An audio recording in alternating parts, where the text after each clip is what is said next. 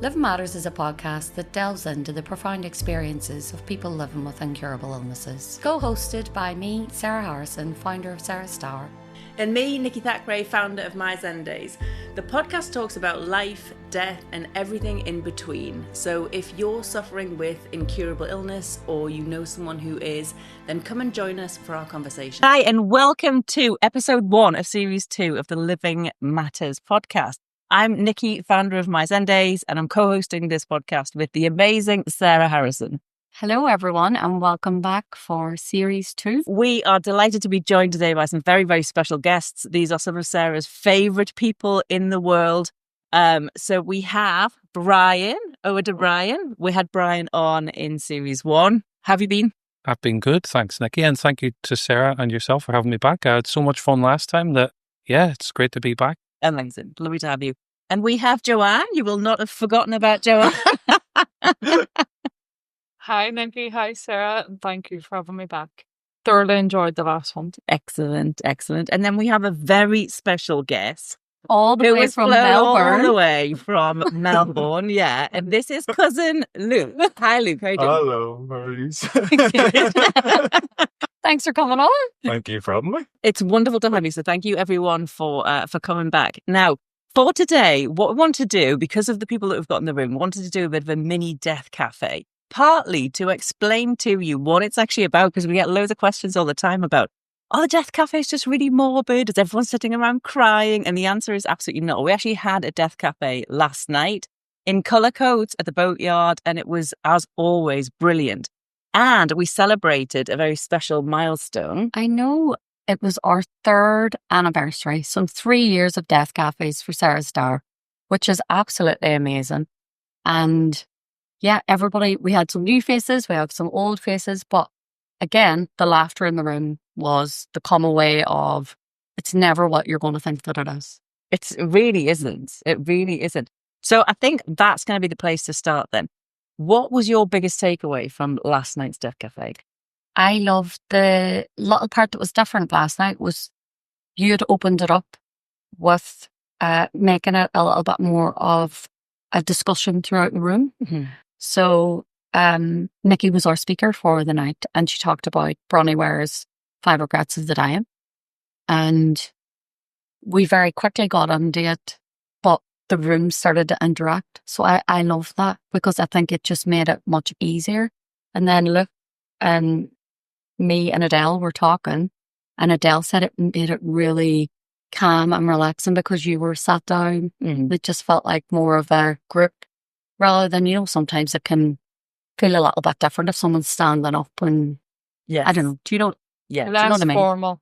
Yes, that's That exactly it. That was it. So, Luke, over to you, because I think that was your first Death Cafe. I thought it was just different because you go in with maybe the thought of being like a death cafe, and you don't talk about these things until you're like 80 or what later on in life, basically, anyway.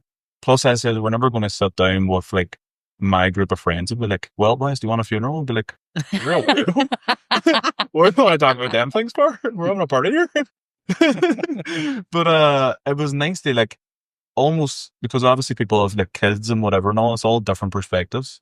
You get sat at a table with people you don't know, and then you talk about like, do you want a funeral, or should kids be allowed at a funeral?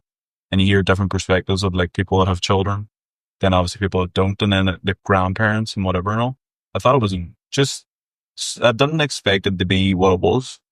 Very, very good. So what did you expect? Just basically, I don't know, when you say death cafe, just everybody sitting around just being like, Sad. so death. Yeah. What about it? Be like death. I thought I had to wear all black and all like a funeral.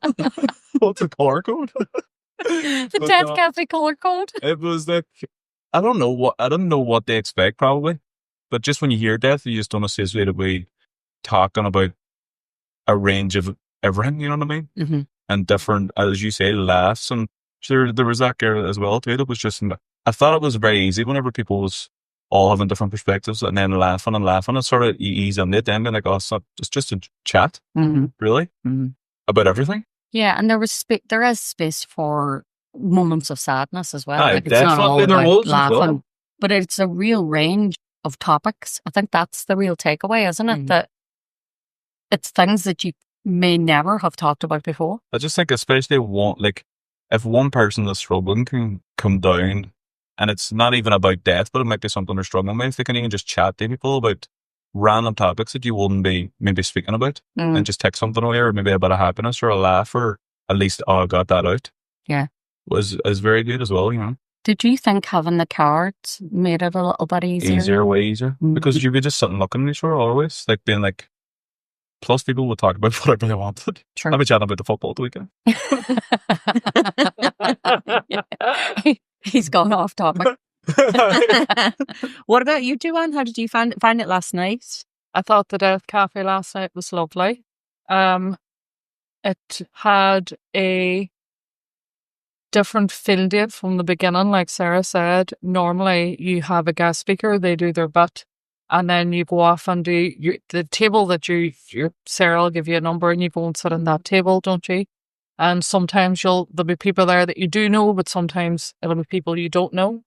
And you'll use the cards to turn over and have those conversations about life, death, and everything in between. Even just like experiences, what matters to you, what's important to you. Whereas last night, you started the conversation, Nicky, and then you had people just started to shout things out within the room and open up on a much bigger level.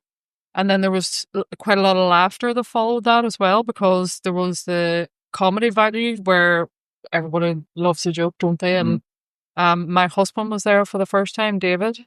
So I managed to get like a little jab at him through the fact that he hasn't watched my podcast. With Sarah. Like you never have that on. I know. But it was really lovely that Anna kept, going back to the podcast, for everything that you were talking about. She was like, well, I first heard about this on this podcast that I've been listening to. It was She'll like hear about Anna. us now too. It's like Anna was a plant. Hello, hi Anna. Hi Anna. Hi, Anna. It's like Anna was a plant to promote you. So It totally was. Because every opportunity It she was got. so brilliant, because I said, like, hands up, has anyone heard of the top 5 regrets of dying? And she just put her hand up and she's like, me, from your podcast. Yeah. I've listened to the whole thing. And then- she's just started talking about the ones that kind of struck a chord Resonated with with her. her. Yeah. And then the whole left them. Yeah. Well, I heard about that on this podcast, so she was away again. Yeah. So, that was lovely. And I do think that it did relax people in the room. Definitely. Before we went off and sat in our tables. And then I always find out something that I didn't know. And I love that aspect of it. Sort of, you think, I've been to so many death cafes now, I always think, surely I'll not find out. I'm not saying I wouldn't find out other new things, but I never walk out the door following a death cafe regretting that I've been, Yes. ever. And I always find out a little nugget of information that I didn't know before. And interestingly enough, it really happened me last night with my own mum. Like, you would think my mum and I have such open and honest conversations. You would think that I would have heard maybe, but last night, whatever the question was and whatever way the conversation went, she just started to talk to me about conversations that she had with me following on from our dad dying, and was really able to give me examples of when she drew strength from me in a very pointed way. And whilst I knew that I supported her and I helped her, I didn't know it to the level that she explained last night. And it actually made me really emotional. So my mum and I had a really lovely moment at that table last night. And maybe one that wouldn't have happened had we have not been there. Had you never been on a table with her before? I have been on tables, but this was just because of the way it was just the nature of where the conversation went that enabled my mum to just share this, I don't know, this like lovely thing that she has been thinking and feeling about me in terms of how I helped her in the days that followed, like my dad dying. And I was lucky enough to You be were there there? at that moment, Oh, because I it love was so you and I were floating around and having just listening into different conversations. And so I'd pulled up a chair next to your mum, and that's when that part of the conversation was happening. And she just said, like, Joanne has been my rock. She said, I'm starting to wonder, did I put too much on her at the time? You know, so it was like, what the conversation about? Did you feel able to be that rock for your mum? But she spoke so wonderfully about did. you being able to calm her down when she was having moments where, you know, she wasn't feeling. She said that, you know, following on, sometimes after someone dies, you sometimes think to yourself, did I do enough? Did I do everything I possibly could to make things as easy on that person as what I could on, you know, those hard weeks where my dad was really sick. And obviously it's really difficult, isn't it, when you're caring for that person and you're trying to help them. And so I think my mum just had these little pangs where she questioned that about herself. And she said that she would phone me, and I was able to give her specific examples of all these things that she did do for my dad. And then that made her be able to see that more than the things where she was thinking, I didn't do that enough, or maybe my own anxiety was more difficult on him, you know, because I was watching him be so poorly. So things like that. And just somehow I managed to change her mindset at that time. And she really drew strength from that. And it was lovely for her to share that with me last night. We had a real special moment, didn't we, across the table? Yeah. Where like she took my hand on that and was really, and then I was thinking, I'm going to cry my eyes out. You can too. Yeah. I think in that OR said that though as well. You're saying, like, if you weren't sitting there, that wouldn't happen. But also, I think if you're sat, like if I was sat with, say, Joanne or you or whatever and all, and you're all sat together, and you wouldn't talk about the things maybe as much as you did with all random people, because you were almost forced to speak with people that you don't know. You know what I mean? Because they're sitting looking at you because they're nervous as well too. And everybody has to speak, whether it's family or whatever and all. You just let like one person speak and you know them and you know sort of what they're going to say as well. You know what I mean? Well, that's what I mean. You think you know what they're going to Exactly. say, and then you don't. But I also think there's something about, obviously you never have to speak. You can sit back and listen if you don't feel comfortable speaking. But I think if we were to sit together as a family and have some of those conversations, and I think we're honest and open as a family, we could do that to a certain extent. But I think at the Death Cafe, because you're mixed with other people as well, it nearly dilutes the intensity of it being all family. Yes. Do you know what I mean about that? 100%. Yeah. 100%. And what I really felt last night, because I even felt it myself personally, was that having the Death Cafe, it opens up the gate for you to have conversations that you might not otherwise have had, or you might not have had them with that same level of honesty. Because even the table that I was sitting at, and your David was there was stuff I ended up talking about. I haven't said that to anybody. Really? And there was just the four of us sitting on that table. But, and actually the thought in my head was, well, this is how I feel, and this is what I'm going to say, and I'm going to be really honest, because it's a Death Cafe. So, you know, there's nothing that we need to hide. But it was really beautiful too, because when you started to speak, you stopped and you went, no judgment. And we were all like, oh yeah, totally no judgment. Yeah. And I think it made all the rest of us be a bit more vocal as well, whereas we all could have easily been like, well, I'm just going to let her share. Yeah. And keep my own. I'll keep where we my didn't, little and it- secrets to myself. Yeah, and it was lovely. Yeah. And it was a really good way to start the Death Cafe, because that was really early on in it as well. Honestly, I think it's credit to you though, because you've set the tone, and you always set the tone. Well, do you know what? It is lovely of you to say that. It was funny for me last night, because when I realised that it was the 3rd anniversary, I almost got them feelings back of that very first night when I went in and did it. So I ended up with this like adrenaline, and then I kept forgetting certain things to say. So when I got up and talked about it to begin with, I didn't do my usual, you know, explain why we were there and that. So then when I sat down, I was like, should have said this, should have said that. And I could feel it in my stomach, and I was like, my God, we're 3 years down the line. How have you gone right back to stage 1? Do you know what I mean? So it's just interesting to me that, thank God I obviously came across like I knew what I was doing, but I had kind of you morphed did. back. Sarah always comes across as though she knows what she's doing, I find. Winging it. Just a little bit. A different song. Wiggle and wing. What about you, Brian? So Yes. you weren't at Death Cafe last night, but you have sadly. been. So you have been before. Was it what you expected? Well, I think it's fascinating hearing you guys talk about it, because it just made me reflect on the fact that, and bit of an obvious thing to say, but life and death are two sides of the same coin, and all of those vibrant, vital conversations that the Death Cafe enables, they're not really about death, they're about life. Yeah. They're about how you want to live as much as how you want to die. Mhm. And again, That's it's really well said. Yes. I agree. Yeah. it's stuff that, just as you've all said, that you wouldn't necessarily talk about at a given time. And I think it's fascinating as well to hear you guys talk about the license it gives you, almost to express yourself and say things that maybe you wouldn't ever otherwise. So that's a great platform, and it's a great safe space that you've created, Sarah. And I wondered how you thought, knowing it's the 3rd anniversary, about how the Death Cafe has evolved over that time. Oh, it's amazing. And what's always beautiful for me is to see the new faces, but also appreciate the faces of people who were there on day one, and look around the room and they're still there. But I love, there's almost an expression of every person who's come for the first time. And it's this relief and joy of, like what Luke said, I'm a bit nervous. I don't really know what to expect, but then settling in. And there was a lady in particular that I really seen it on.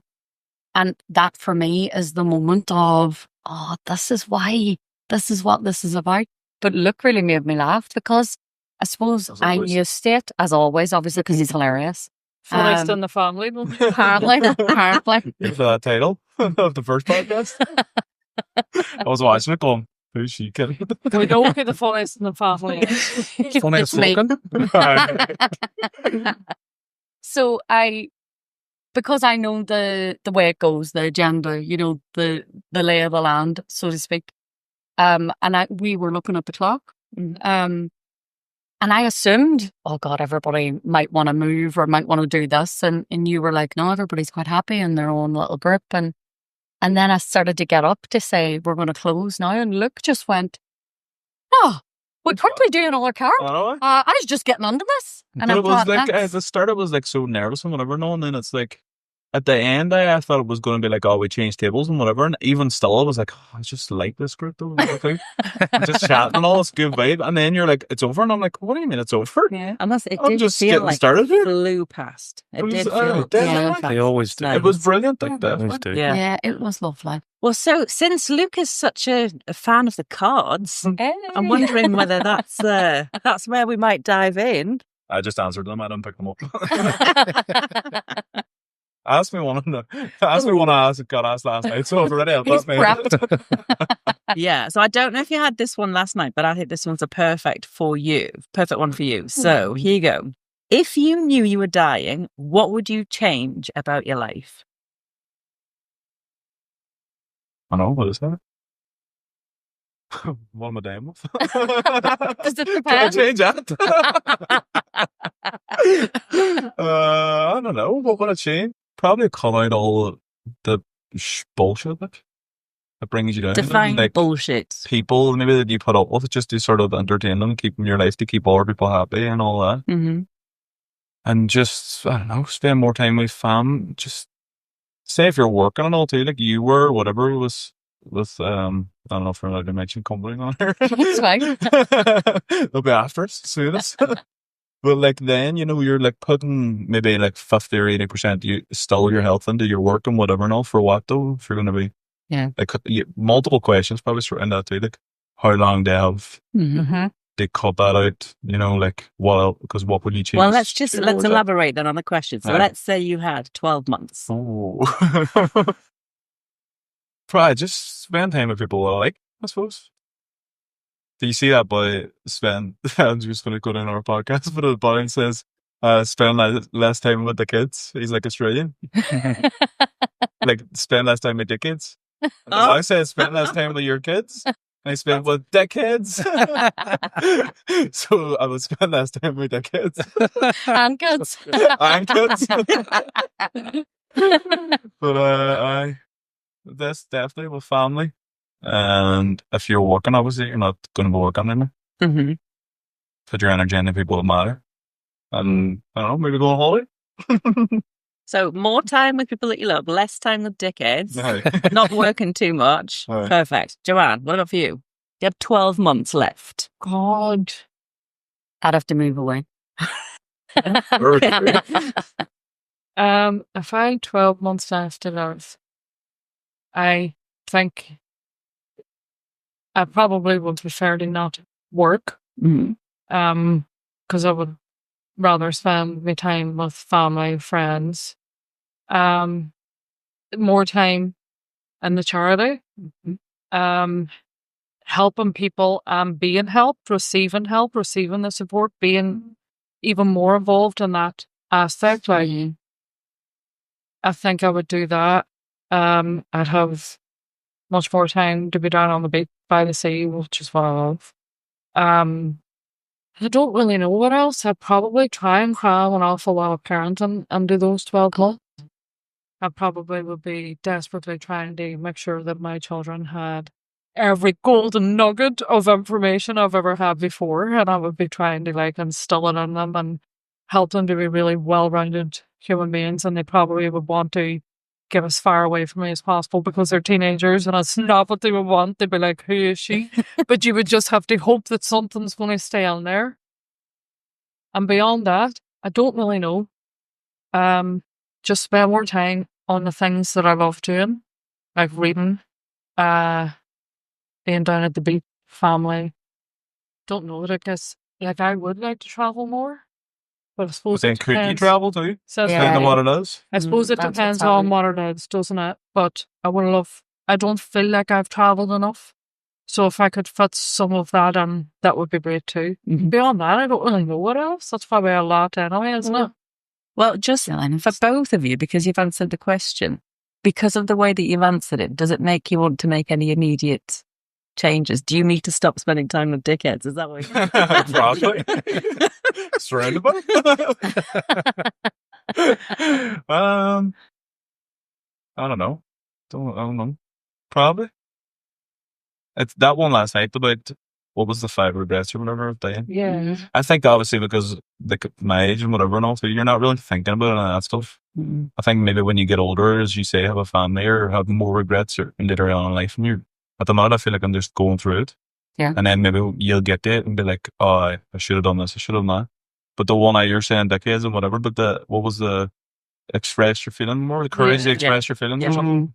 I think sometimes that, where you're maybe just, I think when you're younger too, you have like a big friend group where you have all this and like friends and relationships and whatever and all. And maybe you're just trying to keep everybody happy. Like you're always like, you don't say that because it'll upset this our friend, this friends with this person, whatever and all. So I think I've became more, maybe I'm doing it more of expressing your feelings and maybe not to the full extent Mm. of like telling people how you really feel, Mhm. not letting them walk over the top of you, because I feel like the more you let them walk over the top of you, the more they're like, I'm going to do this all the time. Well, that's your That's right. boundaries, though, isn't it? And I know. I think as a family, we're Very generally easy. very accommodating. Always. People Yeah. pleasing. But it's always up until like we're always like that, and it was so nice, and then people take it for granted and walk over the top of you, probably until a point and then I think at that point then the relationship's done and right for us as a Mhm. family, where it's like you can only tolerate so much, you know what I mean? But I think what was really difficult for me was recognizing the boundaries. Having boundaries is not a bad thing. That's right. Like, and I feel like because when you're such a people pleaser and you're so accommodating, you feel that if you stop being that person, no one's going to like you anymore, or just by saying no, that actually doesn't suit me. What is it? What's this reaction that we're all expecting? That is it going to be a how dare you? Well, Yeah. actually, when you go from someone that's a people pleaser all the time and someone that is always trying to literally think of everybody else and accommodate everybody's needs, and when all of a sudden you stop and you think, actually, this is exhausting me and it's draining me, and I don't want to do it anymore, and that's what happened to me. When you do start to implement those boundaries, because you haven't really had them before, the people around you don't accept it very well, and they don't. And it's about whether you can sit tight and allow those people, right, well, if you're not going to accept this, you need to fall away from me. You need to be, this is now how I'm going to be. And if that's not what you want from me, well, then you don't get anything anymore. This is now the line that I've reached. I think when you're saying that though, it's like, because me, the same too. It's just like had to for someone, and you're always laughing and you're joking and whatever. And as you say, you're always like people pleasing and whatever. And then that one day that you have a bad day, or you're not like just feeling not just a on small it. bit, and you're not, and everybody's like, "What's wrong with you? What's wrong with all you?" the time. And you're like, "Man, I'm allowed to have a bad day without me That's just all. being like," because everybody else has bad days, and because they're, as you're saying, not a people pleaser, and they say how they feel all the time and whatever and all. You just put like you put up with them because that's how they are. It's very noticeable when Aye, you're a big whenever you're, character. It's not. definitely. And then you're having that bad day. And that's another thing that people find hard to accept from me. They'll keep on me. What is wrong with you you? know. Why are you so moody? Why are you so this? Just because, like, do you know what? I'm tired. Just I tired. don't want to bring it to the day. Can someone else just do it? I don't And want to be someone else that person. provide the entertainment. I don't Yeah. want to be her. Yeah. Just leave me. I want to sit and be entertained. Yeah. But then Can I- even can I when have you're that? even more by Look, asking, that's what's what wrong with me? happens What's me. wrong with me? What's wrong with me? And you're like, hello, would you? Just let me have a bad day. Then I just want to leave because I'm just like, oh, I can't. Then you see that drains my energy. Then. Yes. Yeah. So I think, and funny, I know that you were going to ask me about so if I had to make changes. Mhm. So I think I already started to make those changes by implementing my boundaries, and I now recognise when I'm being drained quicker, and I am less likely to remain in that place. Whereas before, I would have stayed there and it would have been detrimental for me. Mhm. Whereas now, if I recognise actually this is really draining me, I don't want to be there anymore, and I don't want to be around people that's taking my energy. Mhm. And to be honest, it's Sarah that's taught me that. Mhm. I Absolutely. thought you were going to say Sarah's taking my It's me. energy. Right on the right foot here. And to be honest, me and Sarah. And then there's like, That's and then taught there's me silence. that. That's taught me Dead that. air. Never, never. Sarah loves my energy. Luke drains my energy. That's why I moved away for so long. You can only do me in small doses. Very small. Literally the opposite side of the world. Any further and fall off. I know. But so thank you for that. And what about you? So if we said, right, you've got 12 months, would you change anything about how you're living your life, how you're spending your time? I'm not sure, to be honest, because I've changed a lot. Mm-hmm. Yeah. Like I feel like I've already tried to put all of them things in place. I mean, the only big declaration I've made is because Luke's just got engaged, and I was like, if he's getting married in Australia, I was like, that's going on my vision board. That's why I want to get to Australia. So, but as in I know you said 12 months, but it's very different when you're living with what I'm living with. Yeah. And so I think I really do try and, when I can, live day by day. Mm-hmm. And sometimes it's minute by minute. Mm-hmm. And that's a gift now. It was scary for a while, but now it's become that it's a much better way to live, because I think I don't have a lot of the feelings they almost felt like they were instilled in my body.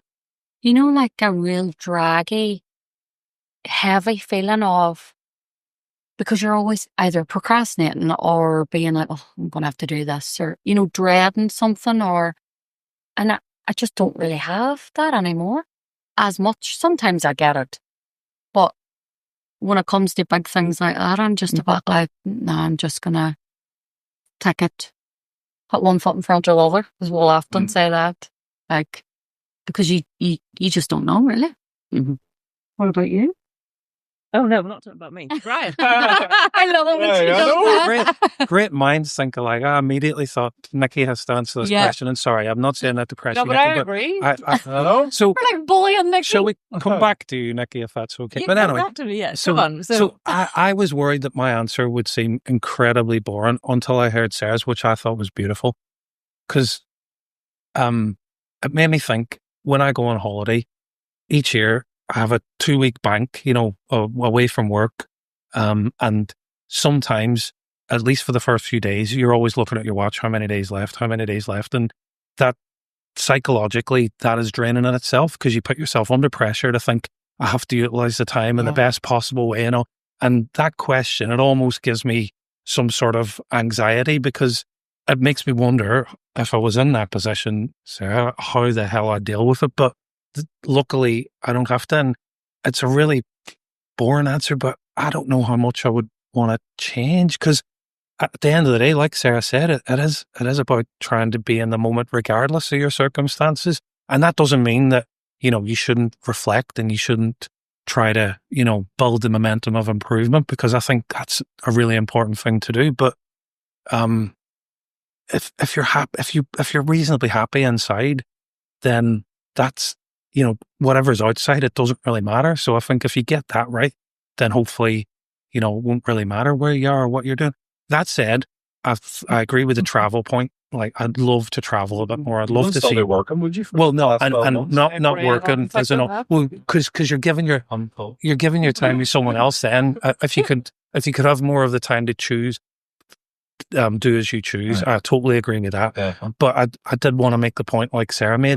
If you get to a point in your life where I'm happy now. you're okay, and don't get me wrong, we all have those bad days, and I have plenty of them as well. And some days, you want to, I don't know, throw yourself out a window or whatever, or I don't know what drastic measure, but Nicky, Right. What about you? we haven't forgotten about you. We'd love to know what your answer to that question is. Well, I mean, I think definitely family, like spending more time with family. So with my daughter, with my granddaughter, with my son, with my husband, with my mum and dad, they're sort of in their 80s pretty much now, and my sisters. So spending more time with them, loads of time on the beach. Mm-hmm. I think I would grow a pet and get in the sea and be swimming in the sea rather than just looking at the beautiful sea, imagining how cool it'd be. So loads more time on the beach, loads more time with family, loads more time with my most special friends and the people that I love. I wouldn't be working, I don't think, because I wouldn't have time. Yeah. And travel 100%. I would want to go and sit in temples in India, and go to Japan and sit in the sort of, what they're called? I forget the words. The ashrams, or no, like the hot water. The natural springs. Yes. The hot springs, and have those sorts of adventures. I think just really feel life, in all its sand on your feet, body in the water, and heart full of love and sunshine. Yeah. That's what I would. That sounds That's lovely. beautiful. amen. Amen is right. And do you know what it is? Listening to all of us, including myself, I think it's that being busy, isn't it? On the rat race, I'm busy. That's what makes you miss so much, really. Mm-hmm. But I loved the last of the 5 regrets of the dying was what on our table we all said that was our thing, and it was. Happiness or something? I wish I allowed myself to be happier. Mm-hmm. And I thought, isn't that really interesting? Because you do recognise that you've got the potential. And on that, Sarah, I did want to say, it's amazing to hear you guys talk about how tough it is for you being that battery that gives everybody else life and energy. But as much as it must be hard at times, and if you feel you're having to, fulfill that role, some of the times when you're not up to it, that does energize other people. So it took me years to realize what you brought, Joanne, and I would always Years? No, but I sorry. understand what I you mean, mean. I didn't I know appreciate it in the way that I should have. And I used to, our dynamic as brother and sister was nick. And and we talked last time about not doing things unconsciously. And when whatever you want to call it, wised up, woken up, whatever, I started to appreciate you more, because I'd just be like chipping away at you sort of thing, because that was our dynamic. It's a bit of a sibling thing. Yeah. And I'd say things, I'd always, you take care of yourself, and you're not going to be the butt of anyone's joke.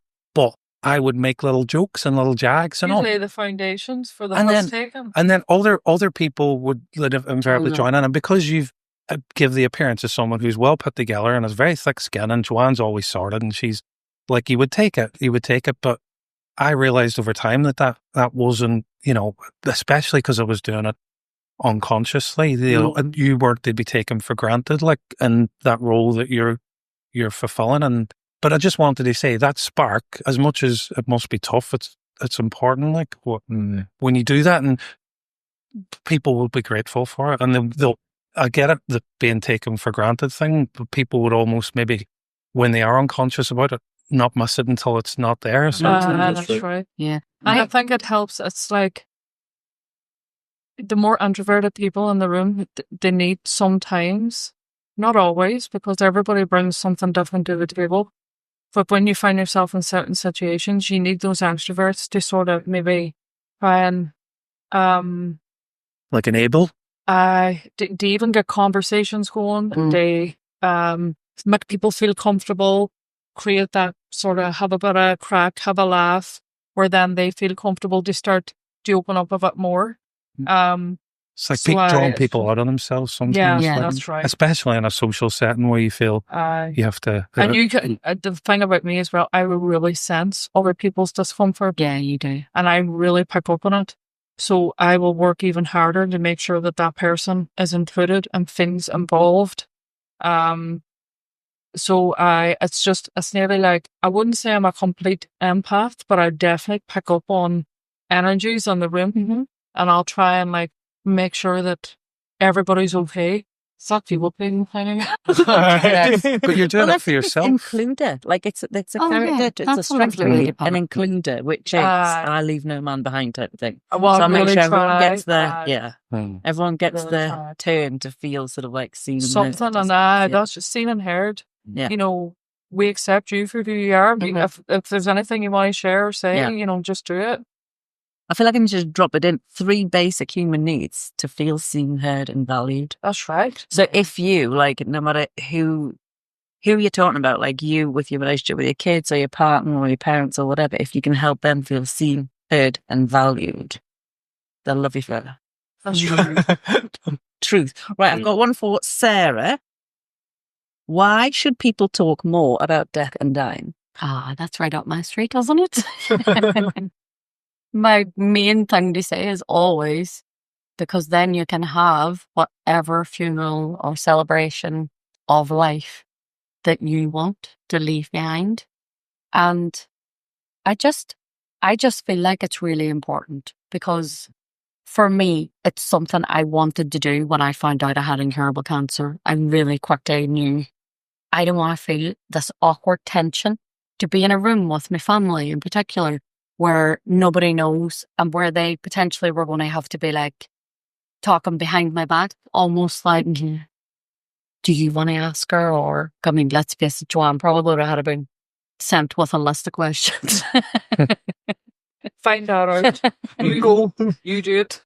Yeah, but I've found it really empowering to take that control.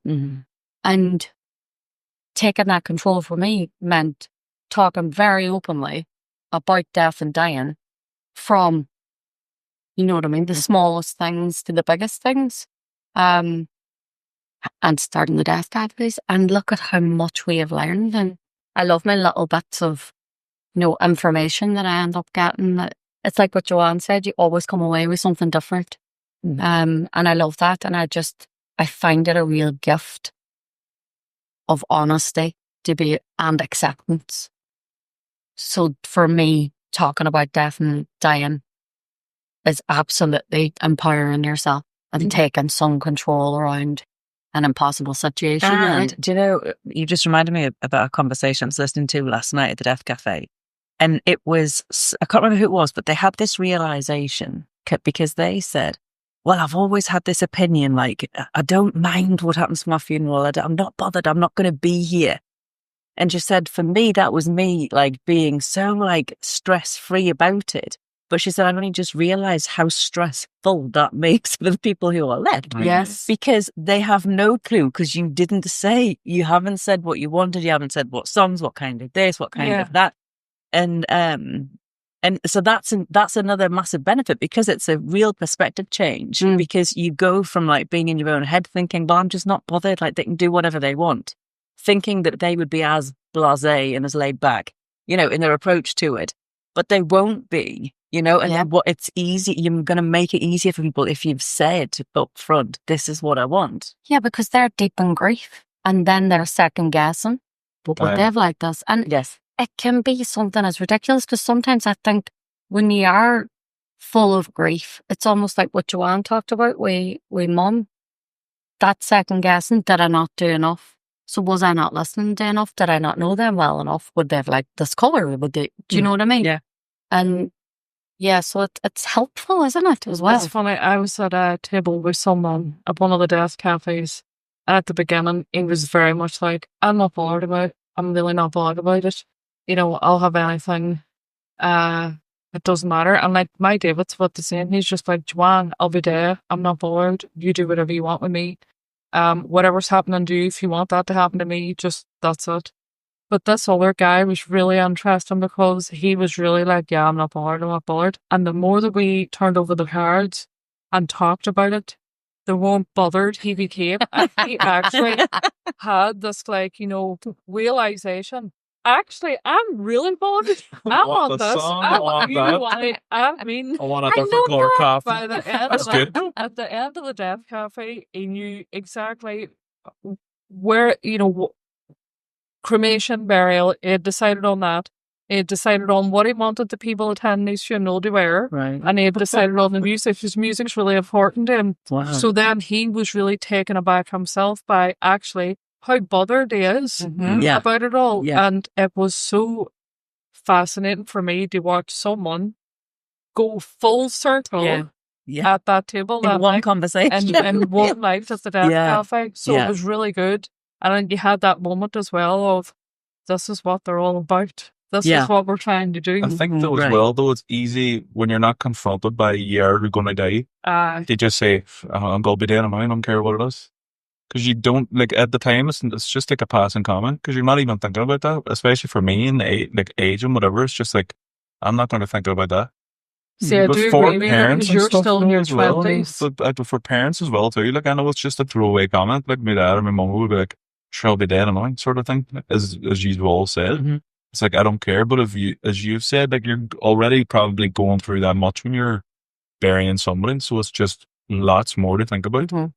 And then you're almost thinking, like, even the people coming as well too, like, what they want to see her in, like, you know, in that colour of flowers and this colour of flowers and whatever. It's like a wedding day almost too, you know what I mean? The colour of flowers and the dress and whatever.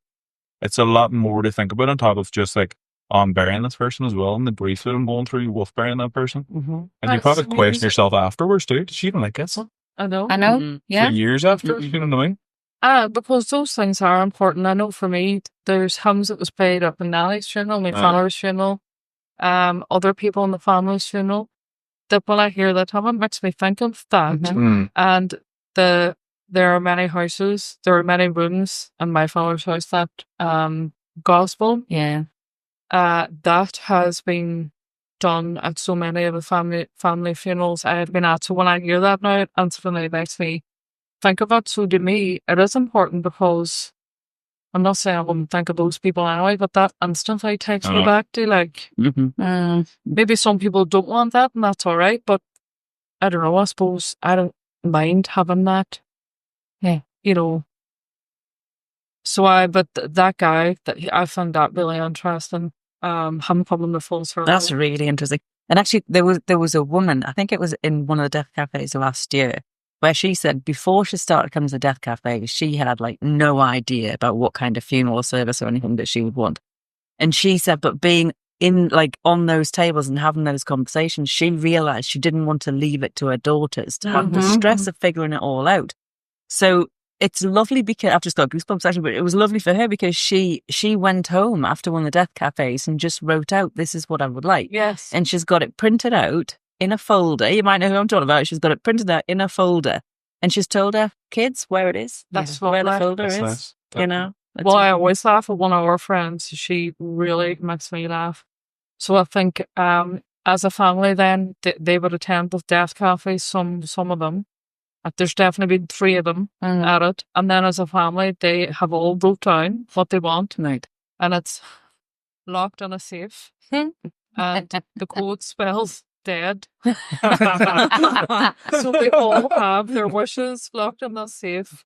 It's all been wrote down, what kind of funeral they want, what they, you know, the music, everything else. Yeah. So every member in the family knows where to go in the safe and what the code is. And I love it. That is top organisation, Isn't it? isn't it? I was super impressed when I heard that at the death cafe. really I good. loved it as well. Yeah, it's really good. Right, I have a question. I'm going to give this one to Brian. So, what might heaven or an afterlife be like? Goodness, this is like a continuation from the previous podcast. Yeah.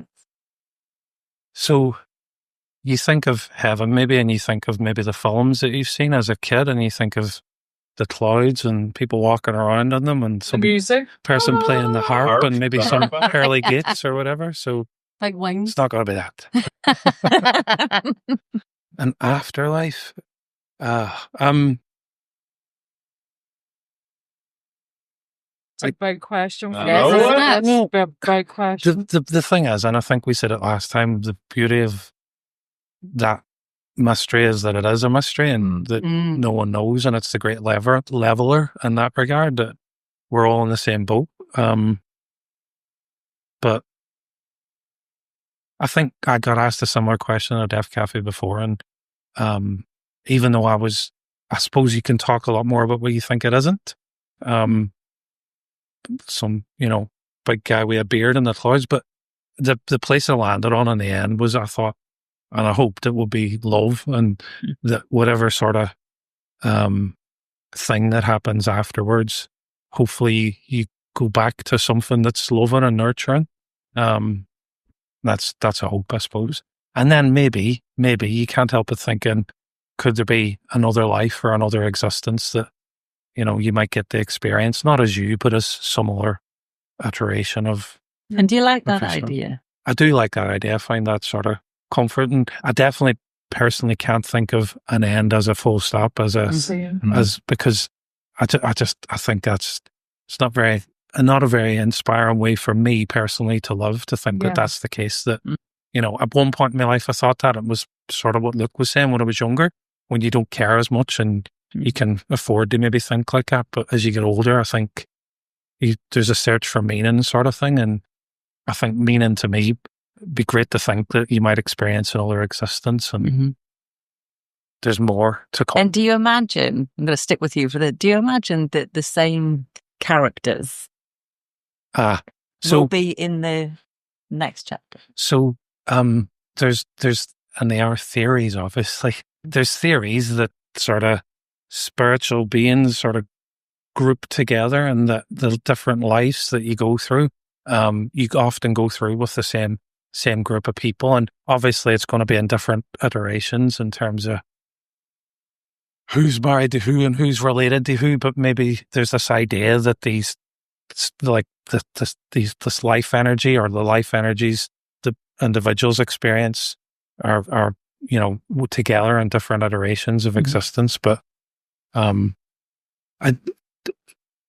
so sometimes when I've spoken to Joanne and Sarah, one thing that they've always said, and I think that keeps them going, is the idea that they'll see me dad again. I think that's fair to say. And when I say see, I mean be with in some capacity. And again, while I don't believe in a heaven where we all go and, we're all there, because I just don't get how that will work, I'd like to think that you will experience that person again in some capacity, and you might not remember what had happened previously, but I think there's definitely a comfort in that. And there's some people that resonate so deeply in your own life, your own life experience, that you wouldn't want to think of a possibility that you can go through another experience without them being there in some way or another. What do you think about that? I was just thinking, if we did know for definite that was the case, how much easier it might be to die. Do you know what I mean? Because, and especially if you're really, really close, you're like, well, it's okay because I'll see you soon. But I suppose in the Catholic religion, that's the way that it kind of is anyway, because your souls all get together again. But I love what you said. I really like, and I like that idea as well. And that is where I'm at. I almost feel like there's levels in a sense. And I feel like when whatever it is that you've gone through in life and how you've lived your life is almost, whether you come back maybe the next time your life isn't as hard maybe, or you've got another different lesson that you need to learn. Like, I kind of believe that we all have to experience every single thing that a human possibly can. Mm-hmm. And yeah, and fortunately for me, I've experienced a lot in this lifetime. So maybe next time I'll just be like someone who comes and lies on the beach for years. What's she doing now? Just lying there. You want a hammock? There's Sarah in her hammock. Does the idea, you know what Brian's saying about this idea about your souls, if you like, being intertwined, and you'll kind of have each other and know each other in this life, and then I'm gonna quit. But also in the next. Does that feel true? Yeah, it does. Yeah. Yeah, because I can't imagine having this bond and then nothing. Yeah. Like, surely that's not how it works, because you feel your connection, don't you? It's not just someone telling you. So sometimes the connection grows as well, but sometimes you meet people in life and you're like, it's just, you click with them, and it almost feels like you know them. You. Yeah, you've known them from before, or it's just so familiar and easy with them. Like, maybe humor or what the things that you talk about or your interests, or just how compatible you are and how you get on. And sometimes it's one way of understanding it, to think that maybe the souls have been intertwined in a different plane or whatever, or a different lifetime. Yeah. Luke, what do you think? I would also think, like, after someone dies as well, as close to you, maybe things happen, or that's hard to explain without it being like there is something else after that, or they're there still, or whatever. But I think if you ask like 10 different people of 10 different religions and different cultures and backgrounds, you're going to get like 10 different answers of like afterlife or heaven or whatever.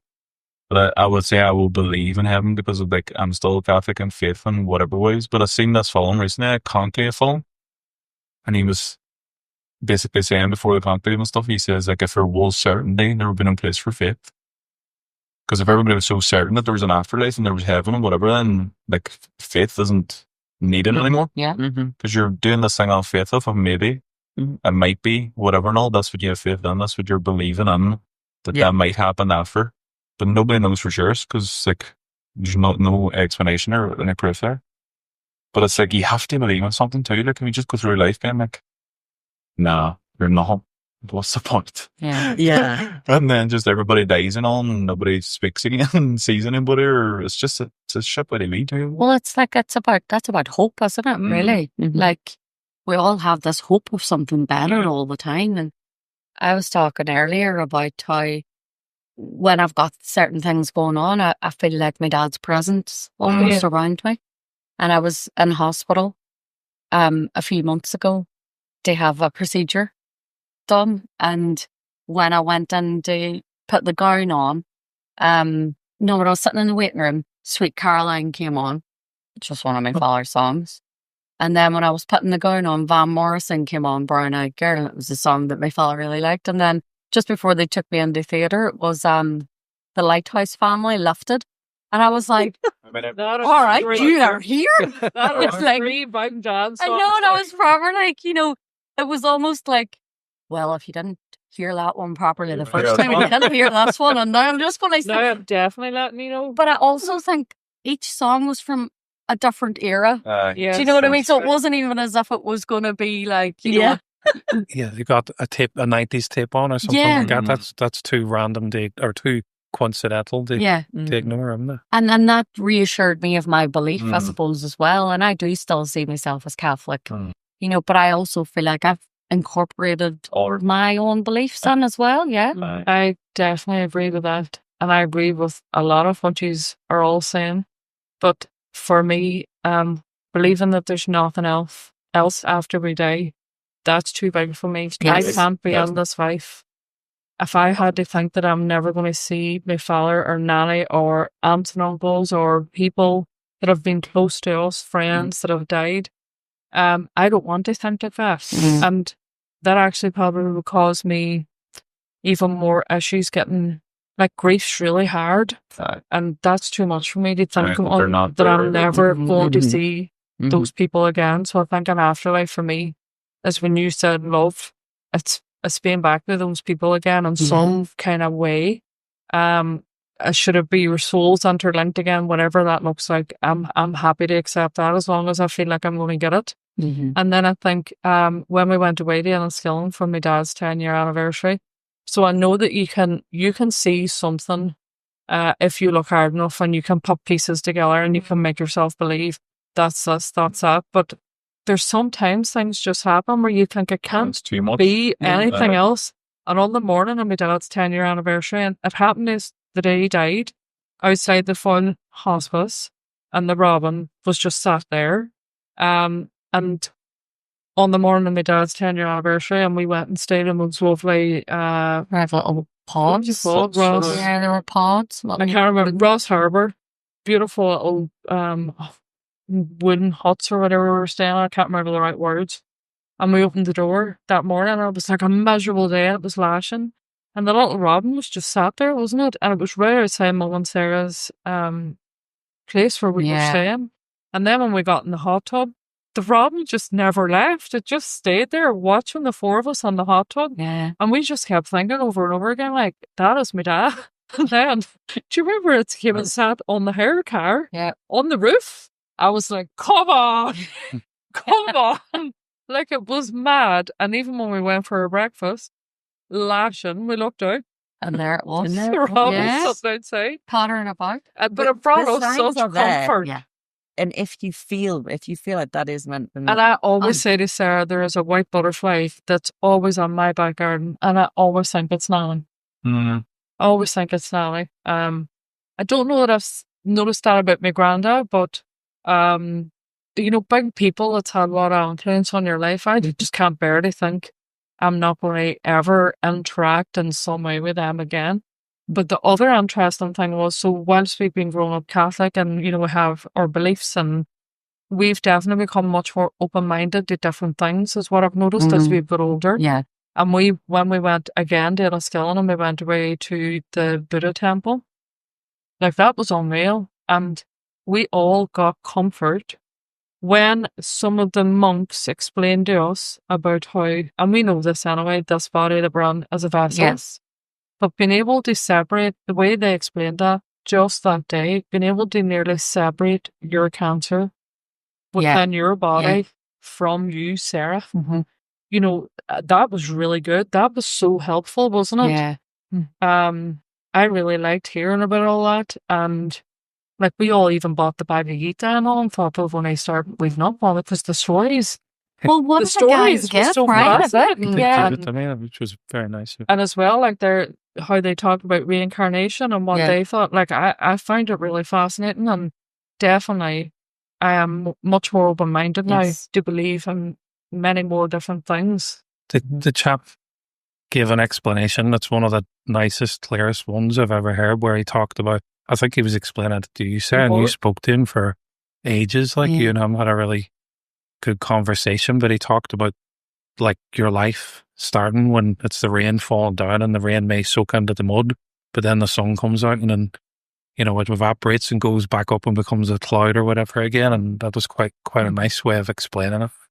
that's beautiful. Mm. But I'm going to have one more card, and I'm going to come to you, madam. So, do you think we can recover from grief? So I don't suppose I thought that I would. If anyone had said to me before my father got sick, your dad's going to die within the next 6 months, and you're going to be able to get on with your life, and never would have believed it, ever. I just thought losing my father would destroy me. I just thought I'd never see life the same way. Mm. I'd never be able to get up and get on with it. I wouldn't enjoy things again. But that's not what that's not what I've found grief to be. So I think that you can find your happiness again. I think that you can continue your life. You can get up and go. You can still,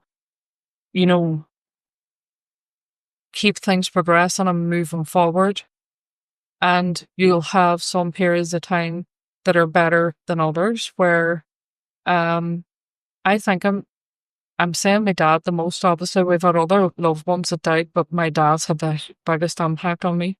I don't actually know there's a day goes by where he doesn't enter my head in some kind of capacity. I don't cry as much, but I still do get those waves. So I don't know.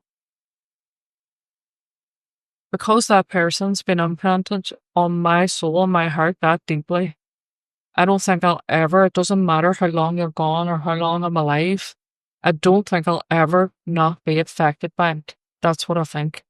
So whilst you can recover, it depends on in what capacity. So you will have periods of times, and especially too, like if you've got kids and your kids are doing something and you look and you think, my dad, I love this. That's those moments. Yeah. The tick you right back there again, isn't it? Or just a song comes on the radio. You can live your life. You can go back to living your life.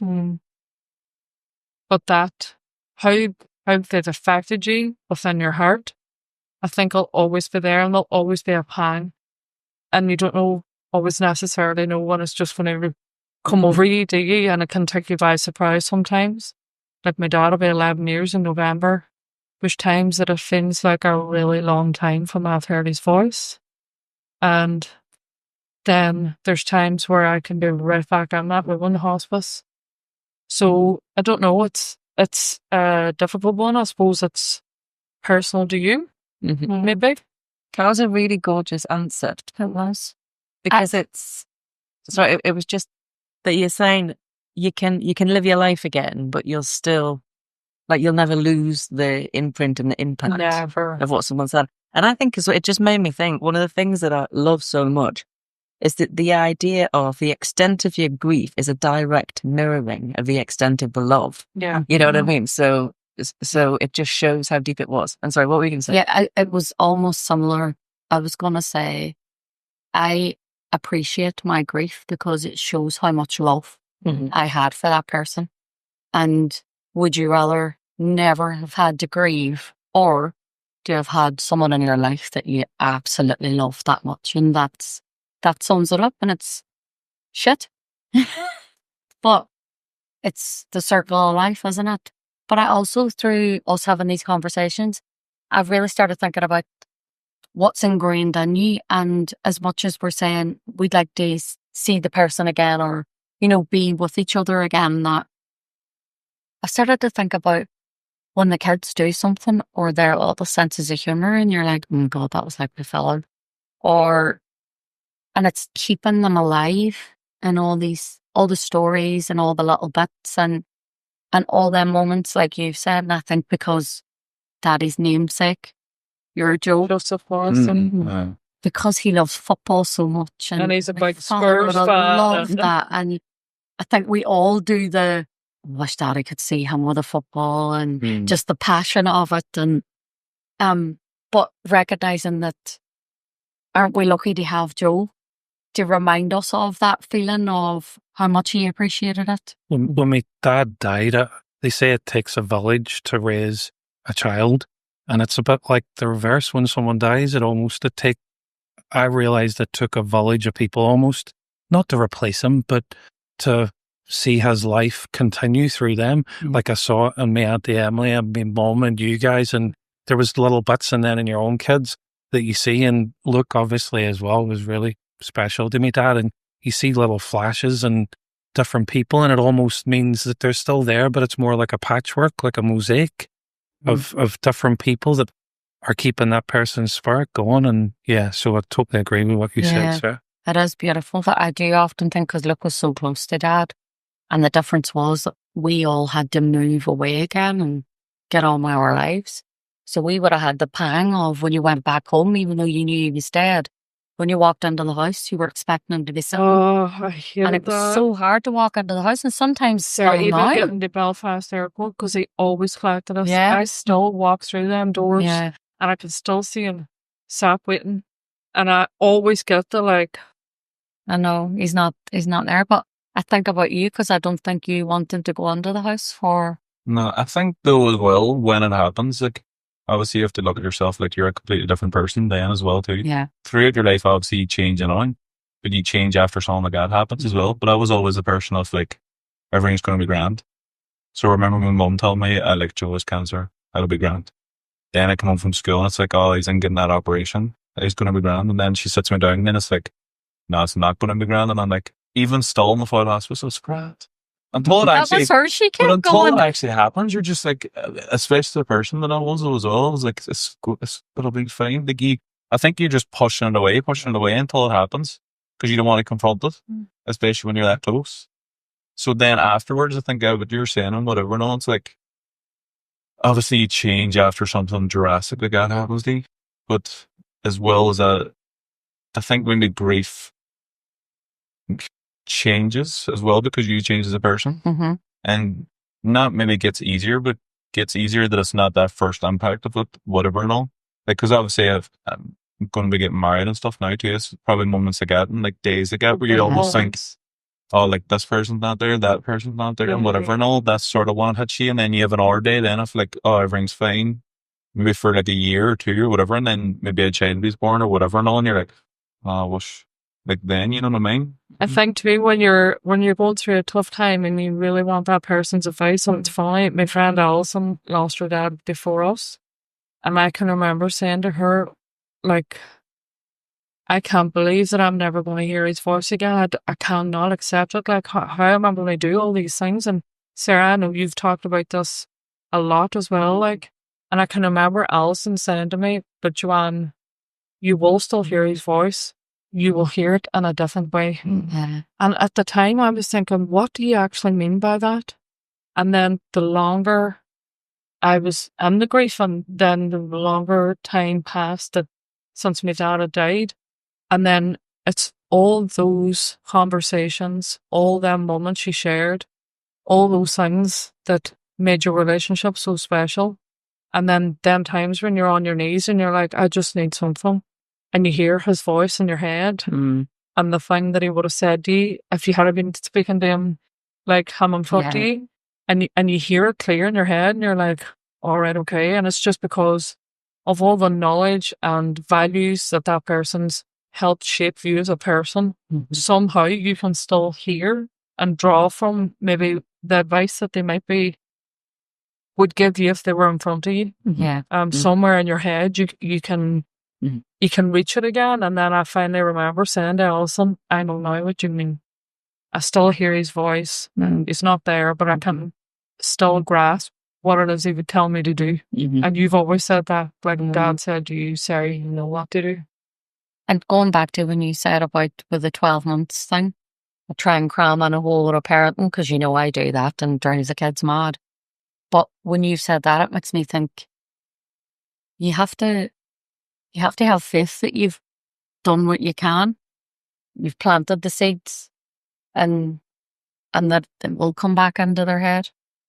But you do, yeah. When my relationship with grief changed dramatically when Granda Milligan died, because I was lucky enough to be with him the night before, and I was traveling over from England. We were going on holiday in Donegal, and I got to sit beside his bed, and we said, well, we're going to have to go, and we knew it was coming near the end, and we got to like Donegal, and he died, and I thought, well, why wasn't I there? But I was stood there by this, beach, looking at the sea, watching the sun go down, and I thought, well, he obviously wanted me to be here. And it was a totally different feeling with the experience of grief, maybe because he had lived a full life, but and then going through that process of grief with my granda was a different experience because there was so much love, and it was so clearly evident the importance he placed on family and how he had influenced all of those people's lives in a really special way. And he was quite a quiet man, and he wasn't very showy, but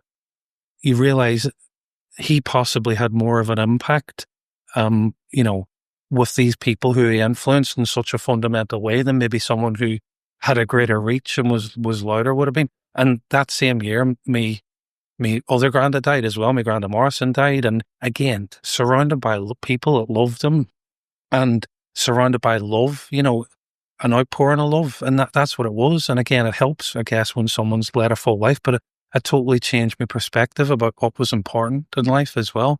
He had these men who I thought were great men. Again, they may not have been on the front pages or anything like that, but the way they affected people's lives in a profound way who was close to them, you know, counted for a lot. And there's a multiplying effect of that, because those people then take that and take it out into the world and hopefully affect things in a positive way as well. That's really beautiful. I think what it says though too as well about, like, obviously you can't replace that person, whatever, but you're always drawing like stories or like things that people do. They almost build the person almost again, you know what I mean? Like, not replace it, but because you can never can, but it's cool to see, and it's amazing to see like how much you would need to maybe like, oh, that there reminds me of like say Joe or Granda or whatever, and on as you say, like a mosaic of that person, because they do have that much of a gap whenever it's gone, you know what I mean? Yeah. And it's interesting. That's why I 100%. think it's really sad for people that don't get to talk about the people that's died. Yeah. Because to me, that's how we really keep them alive, isn't it? You know, Well, actually, it's funny you should say that, because we've got. Would you like to mention it? So we're having a Day of the Dead festival on the 1st of November, and it's a Saturday. So it's open to everyone, because everyone is going to die someday, unfortunately. Sorry to let you all know. Oh, no. Surprise! But it's a brilliant opportunity for people to talk about the people that they've loved and lost. It's a celebration of these people. It was one of my very favourite days in all of last year. I second that. Really? It really, So will you be there with bells on? Brian and I already got our tickets bought, 100%. which are on Eventbrite, by the way. Yeah, Yes, go to I'll Eventbrite, fly get your back. tickets for the Day of the Dead Festival. Fly you back. So listen, I've got one final question, and it's going to go to Luke. And the reason why is because I already gave this question to Brian and Joanne at the end of their podcast interviews. I don't watch the full thing.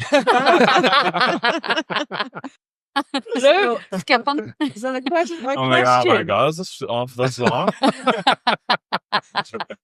I'm joking. it's great quality content right now.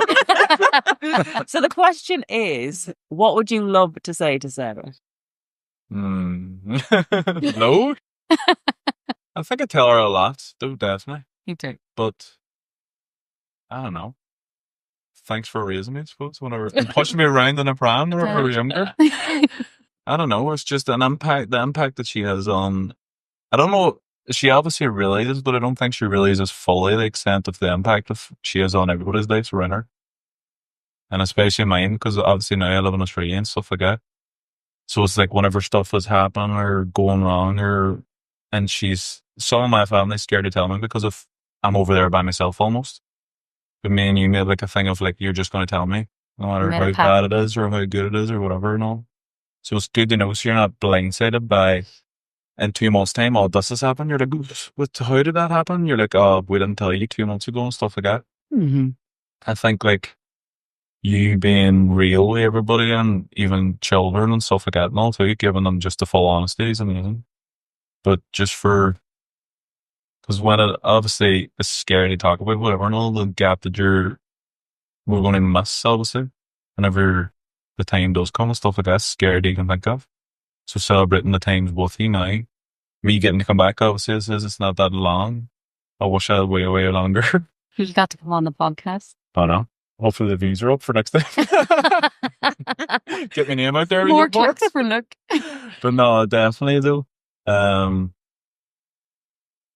I think hopefully the vision board and you maybe make it out to Australia for the wedding and stuff like that.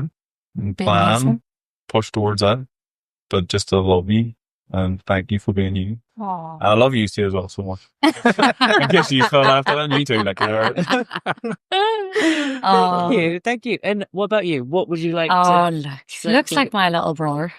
Like when he was born, I just stuck him in the pram and took him everywhere with me. Try to get all these boys pretend that was a child. Not your father tells the story. I'm like, what?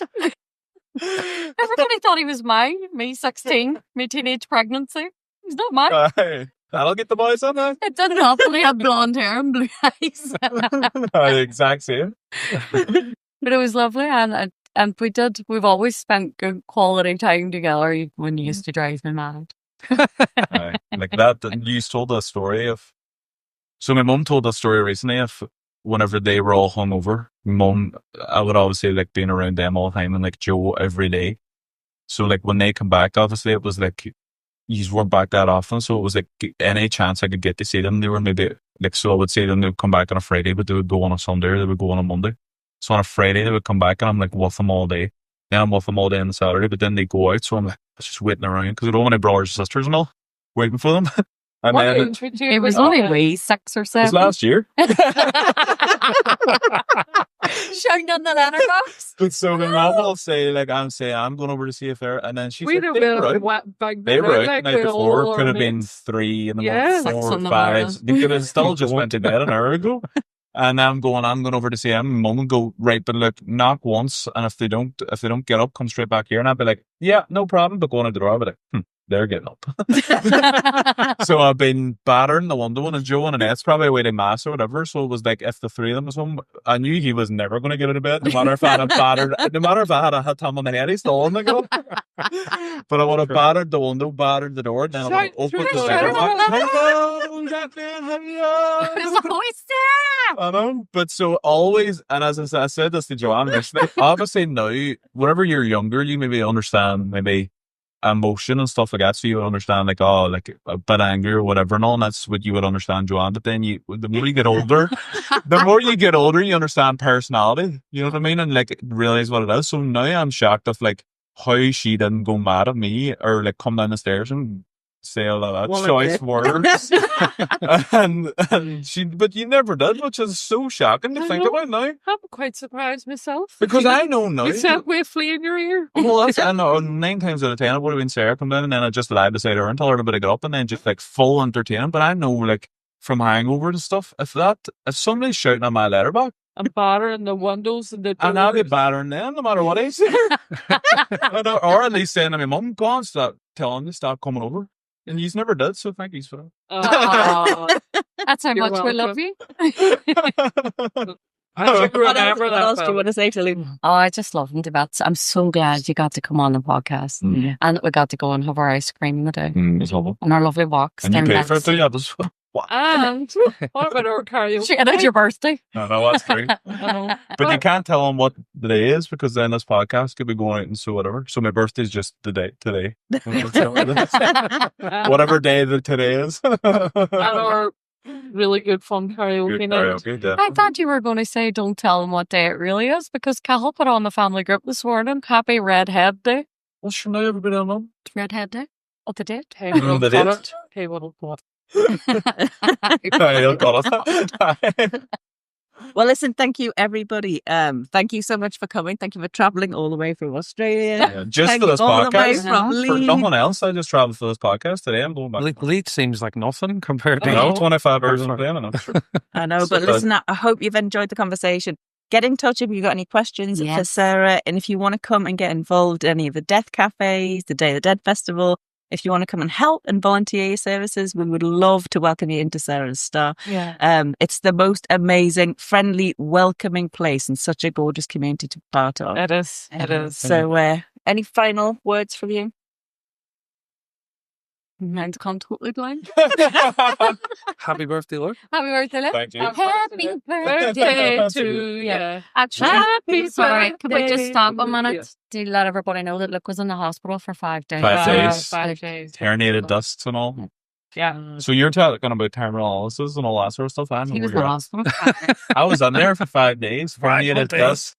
Narrowed on my spinal canal. I'm surprised I could even sit here for this long. Oh. So these are all honoured. These are welcome.